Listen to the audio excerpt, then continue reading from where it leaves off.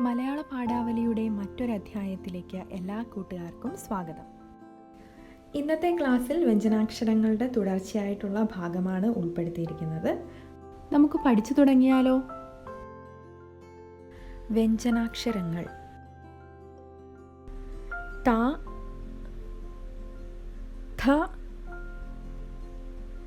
The, ധ, ന. ഒരിക്കൽ കൂടി നമുക്ക് പറഞ്ഞു നോക്കാം. വ്യഞ്ജനാക്ഷരങ്ങൾ: ത, ഥ, ദ, ധ, ന. ഒരിക്കൽ കൂടി നമുക്ക് പറയാം. ത, ഥ, ദ, ധ, ന. ഇനി നമുക്ക് താളത്തിലൊന്ന് പറഞ്ഞു നോക്കാം. ത, ഥ, ദ, ധ, ന. നമുക്ക് ഒരുമിച്ചൊന്ന് താളത്തിൽ പറഞ്ഞു നോക്കാം. ത, ഥ, ദ, ധ, ന.